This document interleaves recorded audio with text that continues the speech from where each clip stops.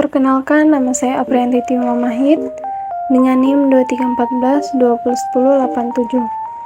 Saya adalah salah satu mahasiswa di Fakultas Keperawatan Universitas Pembangunan Indonesia Manado, kelas A6 semester 1. Di video ini, saya akan membahas tentang etika dan moral, membangun etika dan moral di era 4.0.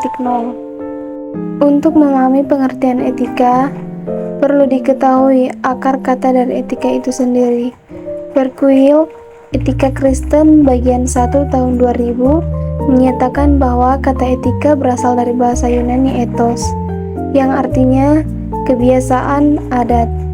Kata ethos dan etikos lebih berarti kesusilaan, perasaan batin, atau kecenderungan hati seseorang dalam melakukan sesuatu perbuatan. Kata etos yang menjadi etika berarti kebiasaan, baik kebiasaan individu maupun kebiasaan masyarakat. Etika tidak hanya bermimpi dengan segi lahiriah, seperti kelakuan dan tindakan, tetapi juga bermimpi dengan segi batiniah, seperti sikap, motif, karakter, atau tabiat.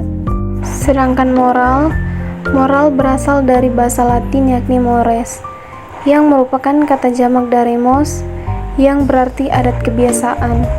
Sedangkan dalam bahasa Indonesia, moral diartikan sebagai susila. Moral adalah hal-hal yang sesuai dengan ide-ide yang umum diterima tentang tindakan manusia, mana yang baik dan mana yang benar. Avineno menuliskan bahwa istilah atau kata mos mempunyai arti yang kira-kira sama dengan Yunani ethos, yaitu kebiasaan adat istiadat. Perbedaan etika dan moral adalah moral mengajarkan apa yang benar, sedangkan etika melakukan yang kebenaran. Moral mengajarkan bagaimana seharusnya hidup, sedangkan etika berbuat atau bertindak sesuai dengan apa yang telah diajarkan dalam pendidikan moral. Moral menyediakan rel kehidupan, sedangkan etika berjalan dalam rel kehidupan. Moral itu rambu-rambu kehidupan, sedangkan etika mentaati rambu-rambu kehidupan. Moral itu memberikan arah hidup yang harus ditempuh, sedangkan etika berjalan sesuai arah yang telah ditetapkan. Persamaan etika dan moral. Etika dan moral merupakan prinsip atau aturan hidup manusia untuk menakar martabat dan harakat kemanusiaannya. Sebaliknya, semakin rendah kualitas etika dan moral seseorang atau sekelompok orang, maka semakin rendah pula kualitas kemanusiaannya. Pentingnya etika dan moral.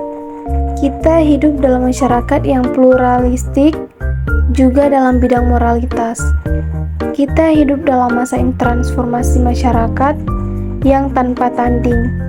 Kita seringkali cepat-cepat memeluk segala pandangan yang baru, tetapi juga sering menolak nilai-nilai hanya karena baru dan belum bisa.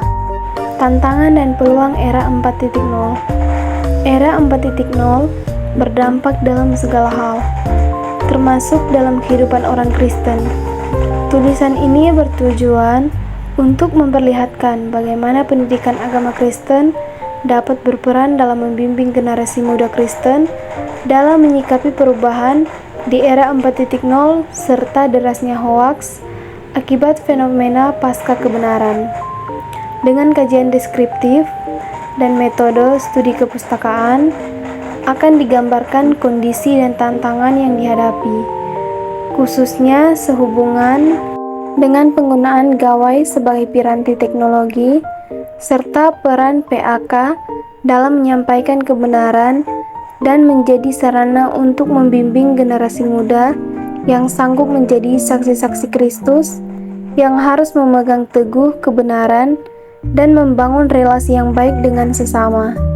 Kesimpulan, sebagai seorang pelajar Kristen, perlu disadari bahwa perilaku dan segala tindak tanduk tidak terlepas dari pengamatan orang lain.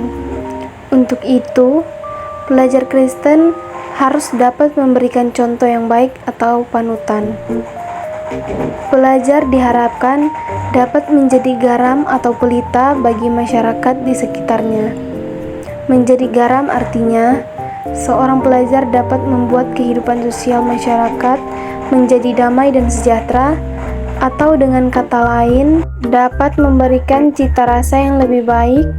Menjadi pelita artinya, sebagai seorang pelajar, dapat memberikan contoh atau menjadi terang, sehingga dapat menjadi panutan bagi orang lain agar tidak tersandung dalam permasalahan-permasalahan yang akan merugikan diri sendiri atau orang lain.